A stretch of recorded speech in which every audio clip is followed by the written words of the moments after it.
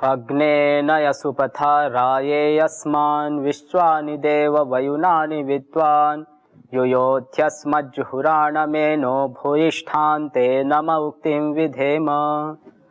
नमस्ते, मैं स्वामी विप्रदेव और आप प्रतिदिन की भांति आज भी देख रहे हैं यज्ञ के ज्ञान विज्ञान कार्यक्रम। और इस यज्ञ के ज्ञान विज्ञान जो कार्यक्रम है उसमें उत्पन्न जो शंका है, जो संदेह है, उसके समाधान के लिए प्रतिदिन की भांति आज पुनः उपस्थित है पूज्य स्वामी यज्ञदेव जी। नमस्ते स्वामी जी। नमस्ते स्वामी जी, पिछले अंक में चर्चा के माध्यम से आपने कहा था कि जो कंपनियों से उत्पन्न या गाड़ी से उत्पन्न जो कार्बन से और यज्ञ के धुएं से उत्पन्न जो कार्बन से, दोनों में मूलतः यदि जाएं तो परमाणु सभी का एक है, एटम्स, परंतु उसके जो पार्टिकल्स है, उसके जो मटेरियल से उसमें भिन्नता है। तो जैसे वहाँ नुकसानदायक है जो कंपनियां से निकल रहे हैं, फैक्ट्रियां से, गाड़ियों से, उस कार्बन या जो भी गैसें हैं वो हमारे लिए जैसे नुकसानदायक हमारे सेहत के लिए, तो वैसे ही क्या यज्ञ से उत्पन्न जो धुआं है उसके अधिक लेने से किसी प्रकार के नुकसानदायक हैं? जी स्वामी जी, आपने ये बहुत ही विशेष प्रश्न करा है। और इस प्रश्न में क्योंकि सामान्य रूप से समाज में हम सामान्य जनता की चित्तवृत्ति को देखें कि जिस पदार्थ को वो हमने अच्छा कह दिया या अच्छा है तो उसकी रुचि उसमें बढ़ जाती है और उसको ज्यादा सेवन करना या उसको सेवन करने के लिए एक लालायित रहते हैं। जैसे आज से कुछ समय पूर्व हम देखें तो हमारे भारतवर्ष में पनीर जैसा कोई नाम नहीं था जी, लेकिन एक विदेशी कंपनी आई, उन्होंने धीरे धीरे शुरू किया था और आज जो है घर घर में प्रचलित हो गया है पनीर। और पनीर में आप खुद इस चीज को महसूस कर सकते हैं कि पनीर जो होता है उसको आप ऐसे टुकड़ा लेकर के खाइए और जीवा पे रखिए कि क्या टेस्ट आता है। विशेष किसी भी प्रकार का कोई विशेष टेस्ट नहीं होता है उसका, लेकिन क्यों व्यक्ति खाता है? क्योंकि इसलिए खाता है कि दूध का जो सार तत्व है उसमें प्रोटीन आदि जो चीजें तत्व होते हैं वो अधिक मात्रा में है और उसकी जो महिमा है वो बार बार बुद्धि में बिठाएगी, तो उसके कारण उसको पनीर है मतलब बहुत पुष्टि देने वाला। और जी, जो पनीर तो हमारे शास्त्रों में वर्णन है, जिस रूप में आज हम बना रहे हैं और खा रहे हैं उस प्रकार का कोई विधान नहीं है। आक्षिम ऐसे कुछ एक शब्द मैंने सुना था कि उसके लिए संस्कृत में कि पनीर भी पहले हमारे भारतीय लोग ही खाते थे। उस रूप में नहीं, जिस खट्टी चीजों को डाल करके उसको फाड़ करके और इस चीजें निकालना, इस प्रकार का कोई प्रयोग नहीं था। वो जैसे हम जिसको आज खोया या जिस प्रकार से हम दूध को मंद आंच के ऊपर पकाते पकाते उसका पानी जब उड़ जाता है और जो शेष भाग बचता है उस रूप में उसको अवशेष निकाल करके उसका विशेष खाने आदि के प्रयोग में लाया जाता था। लेकिन जिस रूप में आज पनीर हम ला रहे हैं वो पनीर का उस रूप में नहीं था। लेकिन यहाँ कहने का भाव ये है कि जो पनीर है उस पनीर का कोई विशेष टेस्ट नहीं होता है विशेष प्रकार का, कि आपने रसगुल्ला खा रहे एक मीठा टेस्ट लग रहा है उसको हम वो कर रहे हैं, या इस प्रकार कोई दूसरी मिठाई बनी है उसका एक विशेष टेस्ट है, हलवा आप खा रहे हैं इसमें तो कुछ डला ही नहीं तो टेस्ट कैसे? इसमें टेस्ट नहीं होता, फिर भी व्यक्ति खाने की रुचि रखता है। क्यों? क्योंकि सुना है उसके बारे में बहुत उन्होंने। इसी प्रकार से और भी कई सारे पदार्थ हैं उसमें हम ऐसे देखते, मतलब कहने का अभिप्राय मेरा यहाँ यह है कि मनुष्य के पास जब इस प्रकार की बातें हम रखते हैं कि ये विशेष लाभकारी है, विशेष उपयोगी है, बहुत ज्यादा वो है, तो चाहे उसका टेस्ट है नहीं है, देखने में कैसा है, लेकिन उसको ज्यादा वो ग्रहण करना या उसको लेना चाहता है जब महिमा जब उसकी वो ज्यादा वो जानता है तो। लेकिन हम वास्तव में देखें तो अति सर्वत्र वर्जयेत, हमारे शास्त्र का एक सिद्धांत है कि कोई भी कितना भी अच्छे से अच्छा बेहतर से बेहतर पदार्थ भी हो वो अति अधिक मात्रा में हमें नहीं लेना है। बादाम भी इसी प्रकार से प्रचलित है, बादाम कहते बहुत अच्छी होती है, उसमें बहुत सारा प्रोटीन से लेकर के अलग अलग प्रकार के तत्व, बुद्धिवर्धक और ये सारी चीजें होती हैं, ठीक है होती हैं। लेकिन हमारी भारतीय परंपरा में ही प्रचलित जो काले तिल होते हैं उस काले तिल को आप ले लो और उसके सामने 100 ग्राम बादाम और 100 ग्राम काले तिल ले लो, तो आप बादाम की अपेक्षा उस काले 100 ग्राम तिल का हम देखेंगे तो 1 किलो बादाम खा लो तब भी आपको नहीं मिलेंगे जितने तत्व, उतने आपको 100 ग्राम तिल में से आपको मिल जाएंगे। इतनी शक्ति, इतने उसमें तत्व और इतनी सारी चीजें उसमें हैं। जबकि हमारे सामने, हमारी बुद्धि के सामने क्या प्रस्तुत कर दिया? बादाम ऐसी होती है, ऐसी होती है, जबकि वो भारत में कम मात्रा होती है, बाहर से आती है, थोड़ी महंगी होती है, थोड़ा उसकी एक उस रूप में प्रसार कर दिया, ऐसे हो गया। आज मिठाइयों से लेकर सब जगह पे उसका प्रयोग होने लग गया और विशेष रूप से बादाम खाने की रुचि लोगों को बन गई और एक अलग मानसिकता बन रखी है। तो ये खाली कीमती कोई पदार्थ हैं उतने मात्रा नहीं। आप अमेरिका में चले, आज मूंगफली यहाँ जिस मिलते हैं उससे भी सस्ती आपको वहां पे वो बादाम मिल जाएगी। क्यों? क्योंकि वहां पे उस देश में वो पैदा होती है और वहां से ट्रांसपोर्ट करके यहाँ लाना, और कई लोगों के हाथ से गुजरती है, उसकी जो 50 रुपए की चीज है वो 500, 550, 1000 रुपए की किलो हो गई। इसका मतलब क्या? उसमें तत्व आ गए। ऐसा नहीं, एक मानसिकता बना दी जाती है और उस मानसिकता के आधार पर हम उसका ग्रहण करते हैं। तो कहने का अभिप्राय मेरा यहाँ यह है कि आपने जो प्रश्न करा था कि जो धुआं है उसको यदि हम अधिक मात्रा में, यज्ञ का धुआं अच्छा है, और जो फैक्ट्रियां या जो व्हीकल से निकलने वाला जो धुआं है और पार्टिकल है, उन धुएं और पार्टिकल में और यहाँ का जो यज्ञ से निकलने वाला धुआं और पार्टिकल है, उन दोनों में डिफरेंस है। वो जो बात है उसमें डिफरेंस के कारण अब व्यक्ति को लगेगा यज्ञ का धुआं बहुत अच्छा है, तो अच्छा तो है ही, अब व्यक्ति उसको ज्यादा ग्रहण करना चाहेगा और कई लोग करते भी हैं। तो उसको सामान्य रूप से हम यज्ञ, आग पूरी तरह से प्रज्वलित है और उस रूप में हम यज्ञ कर रहे हैं, तो वो तो हमारे शास्त्रों में भी और परंपराओं में देखने को मिलता है। 10-10 दिन, 15-15 दिन, पूरे नवरात्र इस प्रकार के कंटिन्यू अखंड यज्ञ करते हैं और उसके पास बैठते हैं, तो उसमें पार्टिकल भी होते हैं, गैस भी अधिक मात्रा में उससे पैदा होती है, लेकिन किसी भी प्रकार का उसके ऊपर साइड इफेक्ट नहीं होती, तो उसका चेतना का लेवल बढ़ता है, उसको विशेष लाभ मिलते हैं। लेकिन यदि हम अधिक मात्रा में जब धुआं निकलने लगता है, जड़ी बूटियां जैसे डाल करके मैंने बताया पहले, इस प्रकार अधिक धुआं है और उस अधिक धुएं को हम अधिक मात्रा में, अधिक तो एक तो धुआं भी है और दूसरा उसको अधिक मात्रा में हम इनहेल करते हैं, अधिक मात्रा में लेते हैं, तो वो हानिकारक हो सकता है।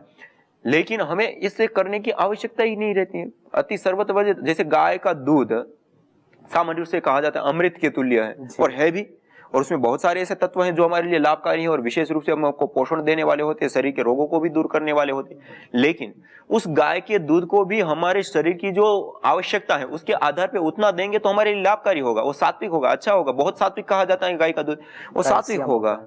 लेकिन जब उसी दूध को हमारी आवश्यकता 1 गिलास की है और उसकी जगह पे हमने 1.5, 2 गिलास, 3 गिलास पी लिया, तो वही दूध तामसिक हो जाता है जी।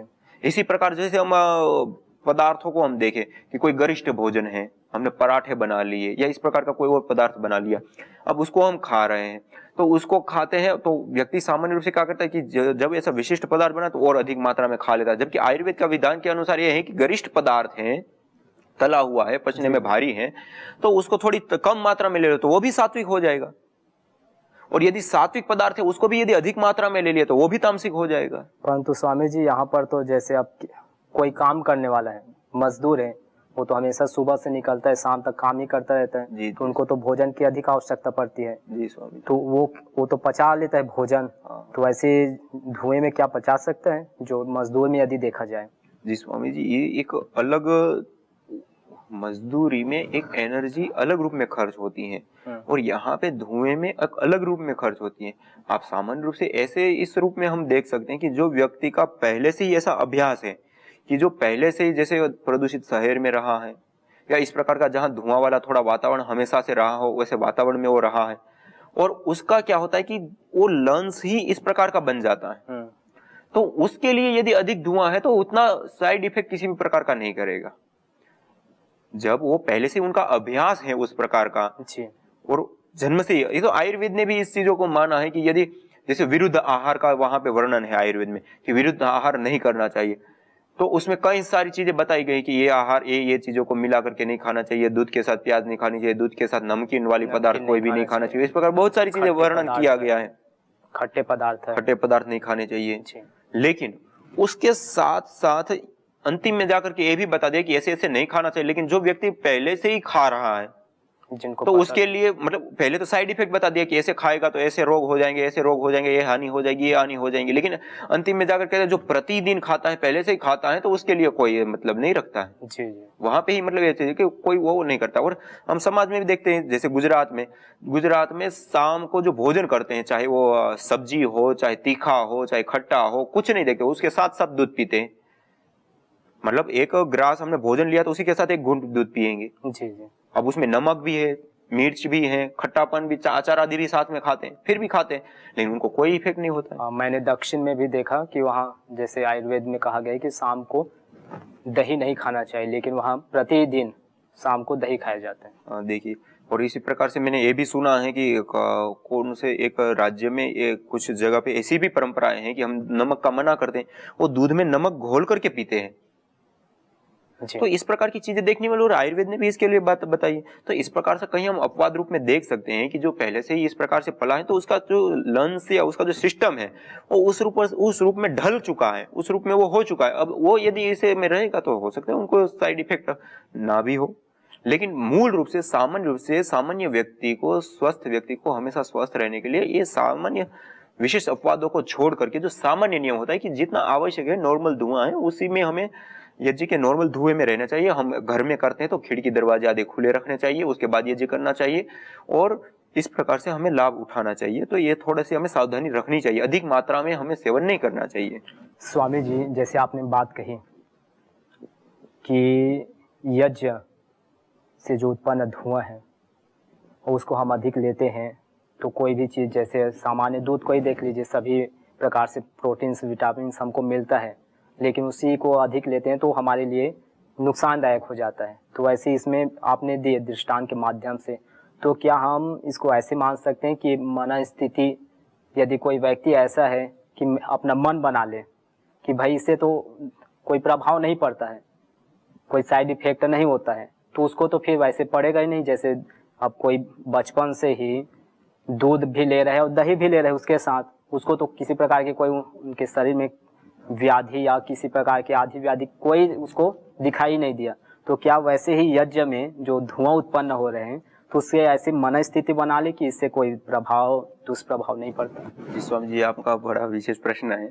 सामान्य रूप से हम देखें तो मानसिक तौर पे या साइंटिफिक रूप से भी ये सिद्ध चीजें हैं कि हम यदि इसी तीव्र इच्छा और इस तीव्रता से इस तरीके से हम सोच करके कोई भी काम करते हैं और किसी उसमें प्रवृत्त होते हैं तो उसका जो दुष्प्रभाव या विशेष लाभ या जो चीजें होती हैं वो सामान्य रूप से प्रभाव नहीं डाल सकती, लेकिन वो एक विशेष परिस्थिति में एक स्थिति बनानी पड़ती है, उस स्थिति में वो होती है। बाकी सामान्य रूप से तो आप कितना भी ऐसे मन में कर लो कि इसका कोई प्रभाव नहीं होता, कोई प्रभाव नहीं होता, और ऐसे करके आग में हाथ डाल दो तो जला देगा, तो जलेगा ही जी।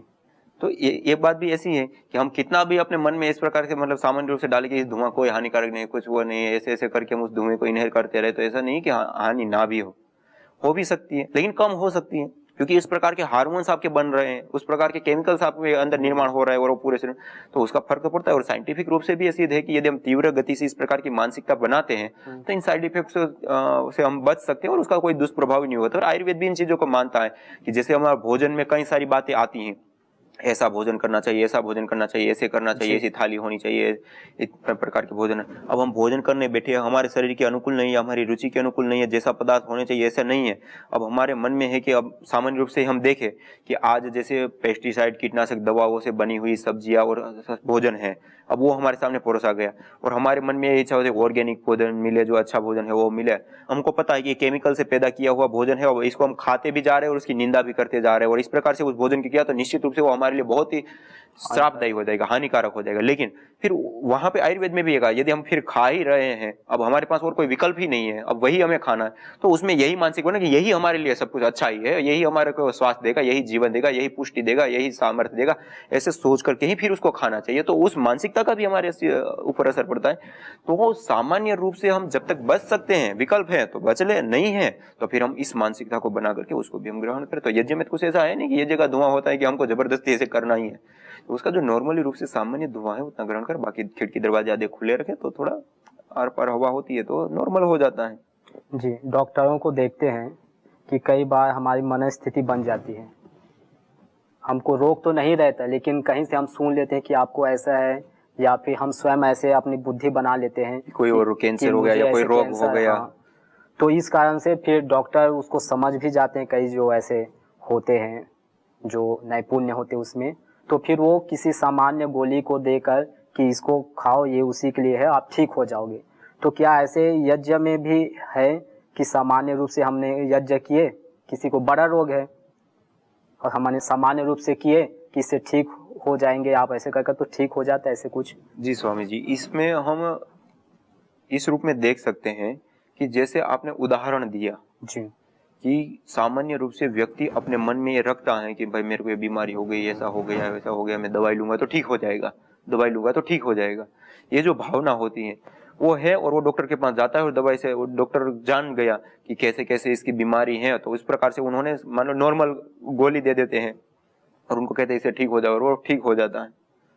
तो यहाँ पे भी इस प्रकार का हम देख सकते हैं, उसमें कोई वो नहीं। लेकिन हम इसमें ये नहीं कह सकते यज्ञ का इफेक्ट है नहीं है, या वो कुछ हम नहीं कह सकते। ये है कि उनकी मन की भावनाएं क्या है, उस मन की भावना के कारण जो हार्मोन्स आदि में परिवर्तन और ये सारी चीजें होती है, केमिकलों में चेंज आते हैं, उसके कारण ये लाभ तो उनको मिलेगा ही, उसमें तो कोई निसंदेह है। स्वामी जी, और प्रश्न है कि जैसे आपने कहा कि यज्ञ का कोई किसी प्रकार का प्रभाव नहीं पड़ता धुएं का, तो अधिक ले लेने से, आपने जैसे कहा कि दूध से जैसे अधिक ले लेने से उसके दुष्प्रभाव पड़ता है, तो वैसे कोई आपके ध्यान में हो कि यज्ञ के धुएं से किसी प्रकार की किसी को अस्थमा दमा इस प्रकार की कोई दिक्कत हुई हो? जी स्वामी जी, अभी तक तो हमारे सामने इस प्रकार का एक भी केस या एक भी बात ऐसी नहीं आई है कि जिन्होंने यज्ञ किया और यज्ञ के कारण से या यज्ञ के धुएं के कारण से उनको अस्थमा दमा या इस प्रकार की कोई लंग्स से संबंधित और कोई प्रॉब्लम हुई हो, ऐसा अभी तक कोई केस नहीं आया है। लेकिन हो सकता है कि हम यदि अधिक धुएं में रहें तो ऐसा कुछ हो भी, लेकिन अभी तक मतलब ऐसा कुछ नहीं है। और ऐसा हम देखने को बैठे तो ऐसे तो जैसे लोग सामान्य रूप से 25-25, 30-30, 5-5, 10-10 सिगरेट हर रोज पी जाते हैं, गाढ़ा गाढ़ा धुआं हो जाए उसको भी पी जाते हैं, वो भी अपनी पूरी 25-25 पूरा का पूरा जीवन जी करके, पूरी आयु को जी करके मरते हैं, उनको भी कोई बीमारी नहीं होती है, ऐसे हम देखने को बैठे। और जिसको होना है वो तो फिर बीड़ी जो नहीं पीते उनको भी लंग्स कैंसर हो जाते हैं। तो इन चीजों को हम इस रूप में देख सकते हैं। जी स्वामी जी, आपने जो अभी बात कही मध्य में कि यज्ञ का कोई साइड इफेक्ट नहीं है, तो जैसे हमने अधिक कर लिए और उसके कारण से कोई साइड इफेक्ट हो गया, तो क्या यज्ञ से उसको हम पुनः चिकित्सा के माध्यम से उसको वापस ला सकते हैं? जी स्वामी जी, निश्चित रूप से।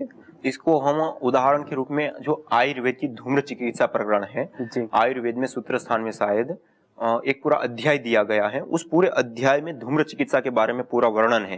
किस व्यक्ति को धूम्र चिकित्सा लेनी चाहिए, किस स्थिति में लेनी चाहिए, कितनी मात्रा में लेनी चाहिए, किन किन जड़ी बूटियों से लेनी चाहिए, इस प्रकार का सारा विधान है। अब वहां पे जैसे किसी का वात बढ़ा हुआ है और शरीर में वात बढ़ा है और उसमें भी जो वात नाशक जो बीमारियां हैं, वात बढ़ा है तो उसके कारण जो उस प्रकार का धुआं लेने से, धुआं सामान्य रूप से जो होता है वो धुआं वात कारक होता है, सामान्य धुआं। और उस धुएं में क्या होता है कि हमारे शरीर में हल्कापन आता है। जैसे सिगरेट या बीड़ी आदि पीते हैं ना, उनका भी आप अनुभव देखेंगे तो जब रात को जागने वाले लोग होते हैं ना, वो भी बीड़ी आदि पीते हैं, तो उनको कहोगे क्यों, तो बीड़ी पीते हैं तो नींद नहीं आती, ऐसे कहेंगे। वो क्यों नहीं आती है? क्योंकि वो हल्कापन बढ़ा देता है, वो जो कफ है उसको निस्सारित कर देता है, कफ को निस्सारित कर देता है, तो इस कारण से नींद उसकी कम हो जाती है या नींद उसकी भाग जाती है। तो इस प्रकार से ये कफ को शोषित करता है। अब जिनका कफ पहले से भी सूखा हुआ है, उसमें भी उन्होंने इसी प्रकार का धूम्रपान कर लिया अधिक मात्रा में। अब अधिक मात्रा में कर लिया तो उसका साइड इफेक्ट हो गया कि वात दोष बढ़ गया। वात दोष बढ़ने के कारण कहीं घुटने में, कमर में ये वो दर्द या इस प्रकार की जो चीजें होती वो होने लगी। ठीक है, तो अब वो हो गई। अब हम उसको कैसे ठीक करें? तो उसी धूम्र चिकित्सा से हम ठीक करके, ना, विष से विष की चिकित्सा। इसी प्रकार यहाँ पे भी, यहाँ पे धुएं से धुएं, जैसे वात बढ़ा था तो अब वात सामक जो जड़ी बूटियां है, अर्थात कफ वर्धक जो जड़ी बूटियां हैं, वो जैसे कफ वर्धक जो जड़ी बूटियों में जैसे गुड़ है, मिश्री है, या इस प्रकार से जो अलग अलग प्रकार के जो मतलब कफ को बढ़ाने वाले या पुष्टि को देने वाले जो पदार्थ है, उन पदार्थों को हमने अंगारों के ऊपर डाला। उसका जो धुआं होता है वो धुएं को उनको दो खूब, जैसे ही धुआं वो लेंगे वैसे वो कफ वापस बनने लगा, वापस वो होगा और वात का समन हो जाएगा, दोनों नॉर्मल अवस्था में आ गई। पूरी चिकित्सा। इसी प्रकार पित्त बढ़ गया है, गर्मी उष्णता बढ़ गई है और बहुत ज्यादा जलन, सिर दर्द और ये सारी चीज पित्त बढ़ने के कारण लोगों को चिलमाहट होती है, फोड़े फुंसियां, कई लोगों को चमड़ी के ऊपर तुरंत दिखने लगता है। अब ऐसा हो गया। अब उसमें भी उन्होंने तीक्ष्ण धुआं ले लिया। मान लो कि जैसे तीक्ष्ण धुएं में जो लौंग है या फिर दालचीनी है या फिर इस प्रकार के जो और भी पदार्थ हैं जो उष्ण तासीर के पदार्थ होते हैं, है। हाँ, ये जो उष्ण तासीर के पदार्थ, अब उनको उन्होंने उनका धुआं ले लिया अधिक मात्रा में। अब अधिक मात्रा में लेने से वो क्या करता है कि पित्त को बढ़ा देता है। अब पित्त बढ़ जाएगा तो फिर उनको और प्रॉब्लम हो जाएगी, मतलब एक विकृति आ गई, साइड इफेक्ट हो गया। अब उसको हमें ठीक करना है धुएं से ही, तो कैसे करेंगे? तो अब पित्त को कम करने वाले जो पदार्थ है, जैसे चंदन है, जावित्री है, जायफल है या फिर इलायची है, इस प्रकार के जो ठंडक देने वाले हैं, गुलाब के फूल हैं, ये जो ठंडे पदार्थ है उन पदार्थों को डालिए, उसका जो धुआं होता है उसको आप दीजिए, वो धुआं जैसे ही वो लेंगे उसको तुरंत लाभ मिलेगा। और हमने तो अपने हाथों से परीक्षण करके लोगों के ऊपर इतना ही देखा जिसको पूरा तिल मिला रहा है व्यक्ति कि मतलब अंदर से पूरी गर्मी और पूरी तरह से एसिडिटी और ये सारी चीजें बढ़ी है, बस उनको गुलाब और चंदन, श्वेत चंदन विशेष करके, और उसको आप अंगारों के ऊपर डालिए और धुआं हो रहा है और उसको लेने के लिए कीजिए, 5 मिनट में वो राहत महसूस करेगा। तो इस प्रकार से ये प्रैक्टिकली है और बिल्कुल आसानी से हम कर सकते हैं इन चीजों को। स्वामी जी 3 प्रकार के व्यक्ति, एक तो वात वाले हैं, एक पीत वाले हैं, एक कफ प्रकृति के हैं। जी स्वामी। और हम यज्ञ कर रहे हैं, तो यज्ञ कर रहे हैं तो क्या तीनों प्रकार के लोगों को उसमें लाभ मिलेगा या किसी का बढ़ गए किसी का कम हो गया, ऐसे कुछ? जैसे पहले आपने कहा ना कि जो यज्ञ में बैठते हैं तो उनके सभी प्रकार के जो भी व्यक्ति तो रोगों से मुक्त हो जाते हैं, शांति मिलती है, शरीर में हल्कापन लगता है, आरोग्य नैरोग्य मिलता है। तो क्या इसमें वैसे ही तीनों का समन हो जाएगा कि या किसी का बढ़ जाएगा, कम हो जाएगा? जी स्वामी जी, आपने विशेष प्रश्न पूछा, इसका मैं 2 रूप में उत्तर देना चाहूंगा। पहला तो यह है कि हम कोई भी यज्ञ करते हैं विधि विधान पूर्वक पूरा सही तरीके से, तो उससे एनर्जी लेवल, ऊर्जा का लेवल बढ़ता है वायुमंडल में भी, और हम बैठते हैं करते हैं तो हमारे शरीर में भी। तो कहीं पे भी ऊर्जा का लेवल जैसे ही बढ़ेगा तो आपकी चाहे किसी भी प्रकार की कमी है, न्यूनता है, किसी प्रकार की कोई बीमारी है, दोष है, वो दूर होगा निश्चित रूप से उस रूप में। ठीक है। दूसरा विजन यह है कि आप यदि यज्ञ कर रहे हैं और उसमें जो द्रव्य है वो द्रव्य वात पित्त कफ, सामान्य रूप से सामान्य सामग्री में जो 4 प्रकार के द्रव्य मैंने पुष्टिकारक, सुगंधित, रोग निवारक और औषधीय द्रव्य जो अलग अलग मैंने बताए थे, उन 4 द्रव्यों में जो औषधीय द्रव्य होते हैं, उन औषधीय द्रव्यों में विशेष करके त्रिदोष नाशक, तीनों दोषों को सम अवस्था में, जैसे गिलोय जी, इस प्रकार के जो पदार्थ होते हैं उनका सम्मिश्रण हो, और उसके बाद आप ये कीजिए, सबको समान रूप से स्वास्थ्य लाभ मिलेगा, चाहे वात वाला हो, पीत वाला हो, कफ वाला हो। लेकिन उसमें भी यदि सामान्य रूप से कोई विशेष प्रकृति वात वाले की हमें चिकित्सा करनी है तो उसमें वात सामक, कफ बढ़ गया है उसकी चिकित्सा करनी है तो हमें कफ सामक पदार्थ, और पित्त बढ़ गया है तो पित्त सामक पदार्थों को विशेष रूप से मिला करके हवन करने और उसका हम लाभ उठा सकते हैं। जी, तो आज हमने परस्पर चर्चा के माध्यम से जाना कि यज्ञ के जो धुएं हैं उससे क्या साइड इफेक्ट होता है, उससे दुष्प्रभाव पड़ता है। तो पूज्य स्वामी जी ने अलग अलग उदाहरणों के माध्यम से हमें बताया, और औषधीय जो तत्व है उनकी महिमा, उनके गुण के माध्यम से भी बताया कि यदि किसी का वात पित्त कफ बढ़ गया है तो उसके लिए उस प्रकार के जो औषधीय तत्व है उसको डालने से। और बीच में मैंने प्रश्न किया था कि यदि किसी का धुएं के कारण से या यज्ञ के कारण से पित्त बढ़ गया या कफ बढ़ गया, जिनके पहले से बढ़ा था और बढ़ गया, तो उसको क्या पुनः यज्ञ से हम उसको वापिस उस लेवल में ला सकते हैं जो समदोष, जो तीनों का समान रूप से हमको चाहिए होता है। तो पूज्य स्वामी जी ने बहुत अच्छे प्रकार से बताया कि उसको हम वापिस ला सकते हैं, बशर्ते आवश्यक है कि उन गुण वाले जो औषधीय तत्व है उसको हम विशेष रूप से उस हवन सामग्री में डालकर उसकी आहुति देते हैं और उस वातावरण में बैठते हैं तो अवश्य हमको लाभ मिलता है। तो आज हमने पूज्य स्वामी जी से जाना कि वास्तविक में यज्ञ से जो उत्पन्न धुएं हैं उसको यदि कम मात्रा में लिया जाए तो वो किसी प्रकार की कोई साइड इफेक्ट नहीं उसका, बल्कि लाभ है और हम अपने रोगों का निदान कर सकते हैं। तो पुनः हम ऐसे ही और यज्ञ से संबंधित जो नाना प्रकार की शंकाएं हैं, नाना प्रकार के जो संदेह हैं, उन संदेहों के निराकरण के, उसके निराश के लिए हम पुनः स्वामी जी से मिलेंगे अगले कार्यक्रम में। तब तक के लिए आप बने रहें। नमस्ते।